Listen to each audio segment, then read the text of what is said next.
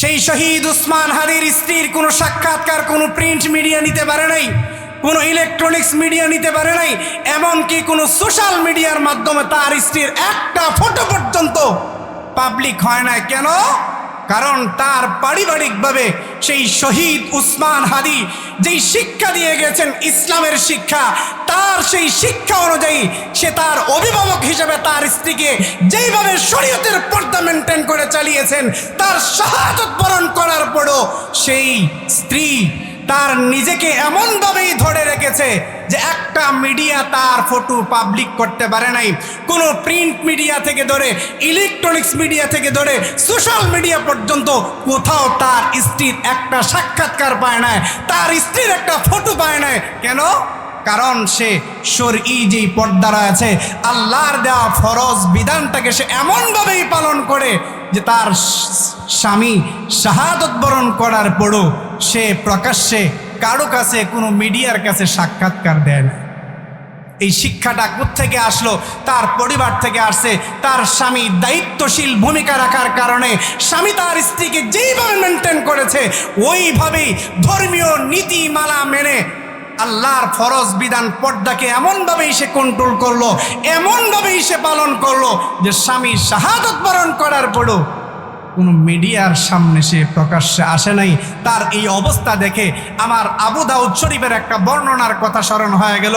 সরকারে দু আলম নবী মুহাম্মদুর রাসূলুল্লাহ সাল্লাল্লাহু আলাইহি ওয়াসাল্লাম সাহাবায়ে কেরামকে নিয়ে যুদ্ধের ময়দানে গেলেন।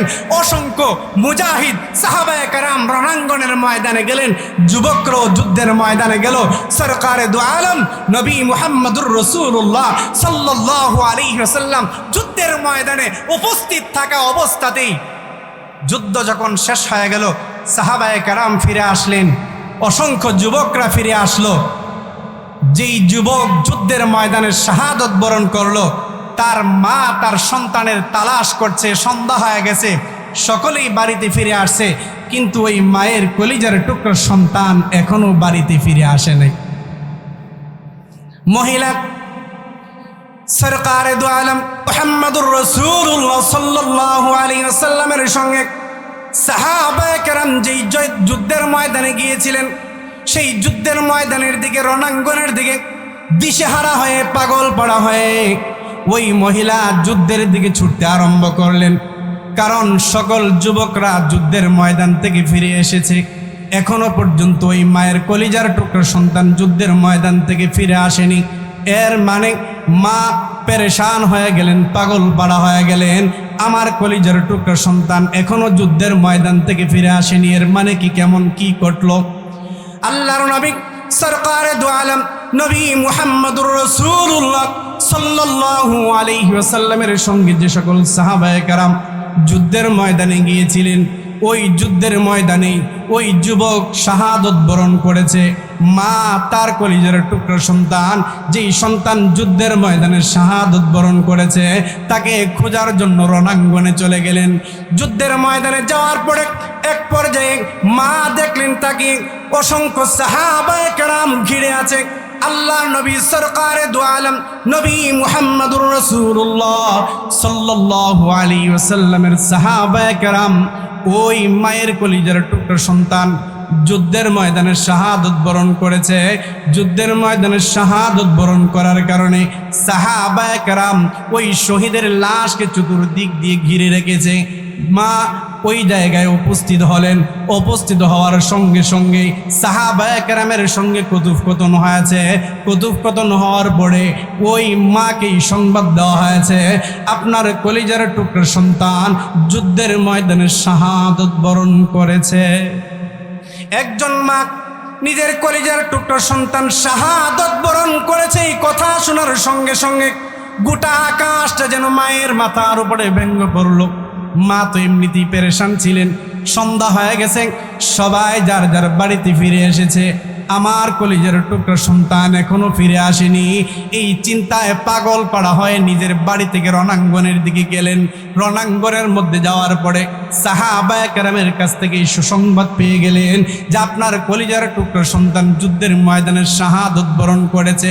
সাহাবায়ে কেরামের সঙ্গে কথোপকথনের এক পর্যায়ে কে যেন ওই মহিলাকে ডাক দিয়ে বলছে, মা, এহেন পরিস্থিতির মধ্যে আপনার সন্তান সন্ধ্যা হয়ে গেছে, অসংখ্য মানুষ তাদের বাড়িতে ফিরে গেছে, আপনার কলিজার টুকরো সন্তান বাড়িতে ফিরে নাই। এই চিন্তায় মগ্ন হয়ে পেরেশানির অবস্থাতে আপনি রণাঙ্গনের দিকে ছুটে আসলেন।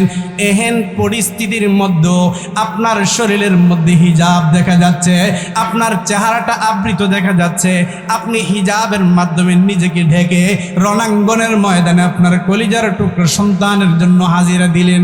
আশ্চর্যের বিষয়, এমনভাবেই ওই মহিলাকে জিজ্ঞাসা করার সঙ্গে সঙ্গে মহিলা এত চমৎকার উত্তর দিলেন। মহিলা সঙ্গে সঙ্গে ডাক দিয়ে বললেন, ইন আরজা ইবনি লাম আরজা হায়াই, ইন আরজা ইবনি লাম আরজা হায়াই।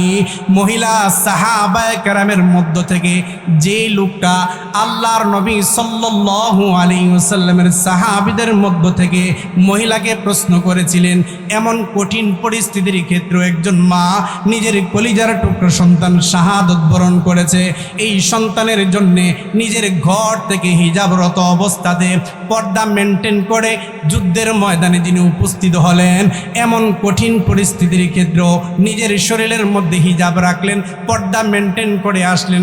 এটা তো বড়ই আশ্চর্যের বিষয়। এহেন পরিস্থিতিতে নিজেকে পর্দার মাধ্যমে কি করে বের হলেন? এই কথা বলার সঙ্গে সঙ্গে ওই মহিলা ডাক দিয়ে বললেন, ইন আরজা ইবনি লাম আরজা হায়াই, যদিও আমার কলিজার টুকরো সন্তানের মৃত্যু হয়েছে, লাম আরজা হায়াই, আমার হায়া লজ্জা শরমের মৃত্যু ঘটেনি। ওই মহিলা উত্তর দিলেন, আমার কলিজার টুকরো সন্তান শাহাদাত বরণ করেছে, মৃত্যুবরণ করেছে, মৃত্যু হয়েছে আমার কলিজার টুকরো সন্তানের। লাম আরজা হায়াই, আমি একজন নারী, আমার যেই সম্ভ্রম রয়েছে, আমার যেই লজ্জা রয়েছে, আমার যেই ব্যক্তিত্ব রয়েছে, সেই ব্যক্তিত্বের মৃত্যু ঘটেনি। আমি একজন নারী, পড়তে হচ্ছে আমার ভূষণ, পড়তে হচ্ছে আমার সম্ভ্রম, পড়তে হচ্ছে আমার সম্মান, আমার ইজ্জত, আমার সম্মানের কোনো মৃত্যু ঘটেনি। লাম আরজা হায়াই, আমার হায়া লজ্জা শরমের মৃত্যু ঘটেনি। ওই মহিলা যুদ্ধের ময়দানে যেমন ভাবে নিজেকে পর্দা মেনটেন করে নিজের কলিজার টুকরা সন্তান শাহাদত বরণ করার পরেও নিজের মাতাকে স্থির রেখে পর্দা মেনটেন করে উপস্থিত হয়েছিল, আমার মনে হচ্ছে সেই শহীদ হাদি, শহীদ ওসমান হাদি, সেই ইন্তেকাল করার পরে শাহাদত বরণ করার পরেও তার স্ত্রী যেন সেই হাদিসের দিকে ইঙ্গিত করে এমনভাবেই নিজের পর্দা মেনটেন করলো, বুঝিয়ে দিয়েছে আমার স্বামীর ইন্তেকাল হয়েছে, আমার স্বামী শাহাদত বরণ করেছে। কিন্তু আমার স্বামী শাহাদত বরণ করলো, আমাকে যেই শরীর পর্দা মেনটেন করা আল্লাহর পক্ষ থেকে যেই ফরজ বিধান দেওয়া হয়েছে, ওই ফরজ বিধানের কিঞ্চিত পরিমাণ লঙ্ঘন আমি করব না। কেন? আমার স্বামীর ইন্তেকাল হয়েছে, আমার স্বামী শাহাদত বরণ করেছে, কিন্তু আমার হায়া, আমার লজ্জা, সম্ভ্রমের, আমার গায়রতের কিঞ্চিত পরিমাণ মৃত্যু হয় নাই। বলেন না সুবহান। কেন? একজন নারী তার সম্ভ্রম, তার সম্মান সবকিছুই হচ্ছে, তার ভূষণ সবকিছুই হচ্ছে পর্দার মধ্যে। যেই নারী পর্দার মধ্যে আবৃত থাকে, যেই নারী পর্দা মেনটেন করে তার জীবনকে পরিচালনা করে, গোটা দুনিয়া তাকে সেলুট করে, গোটা দুনিয়া তাকে সম্মান প্রদর্শন করে। ওসমান হাদির স্ত্রী সর্বশেষ স্বামীর লাশ যখন আসলো, সেই সিঙ্গাপুর থেকে লাশ আসার পরও স্বামীর লাশ দেখতে গিয়েছে, এত হাজারো মিডিয়ার ভিড়ে তাকে এমনভাবেই সিকিউরিটি দেওয়া হয়েছে যে বুকটার উপর দিয়েও যেন তার কেউ কোনো ফুটেজ নিতে না পারে। কেন? কারণ আল্লাহর বিধান, ফরজ বিধান, সেই হিজাবকে সে হৃদয় থেকে ধারণ করেছে। আর হৃদয় থেকে ধারণ করার কারণে আল্লাহ তাবারক ওয়া তাআলা ওই হিজাবের যে মর্যাদা রয়েছে, পর্দার যে মর্যাদা রয়েছে, সেই মর্যাদা আল্লাহ তাবারক ওয়া তাআলা তার চোখের সামনে আল্লাহ রাব্বুল আলামিন তার মর্যাদাকে প্রতিষ্ঠিত করেছে। ঠিক কি ঠিক না? অতএব আমরা যদি, আমি অভিভাবক হিসাবে, আমি স্বামী হয়ে আমার স্ত্রীর পর্দা মেনটেনের ক্ষেত্রে, আমি বাবা হয়ে আমার মেয়ের পর্দা মেনটেনের ক্ষেত্রে আমি যদি সঠিকভাবে দায়িত্ব পালন করি, আর একজন নারী যদি নিজের হৃদয় থেকে ধারণ করে পর্দা আল্লাহর ফরজ বিধান, প্রত্যেকজন নারীর ইজ্জত, প্রত্যেকজন নারীর নিরাপত্তা, প্রত্যেকজন নারীর সম্ভ্রম, এই কথা যদি হৃদয় থেকে মেনে একজন নারী পর্দা পালন করে, ওই নারীর মর্যাদা আল্লাহ তাবারক ওয়া তাআলা এই দুনিয়ার জমিনে এই পর্দার মাধ্যমে প্রতিষ্ঠিত করবে ইনশাআল্লাহ। আজকে পর্দা মেনটেন না হওয়ার কারণেই আমরা বিভিন্ন সময় বিভিন্ন জায়গায় নারীদের সম্ভ্রম হানি দেখতে পাই, নারীদের বিভিন্ন রকমের দুর্ঘটনা আমরা দেখতে পাই। কেন? এই পর্দা মেনটেন না হওয়ার কারণেই আজকে সমাজে জিনার ব্যভিচার বৃদ্ধি পেয়ে গিয়েছে।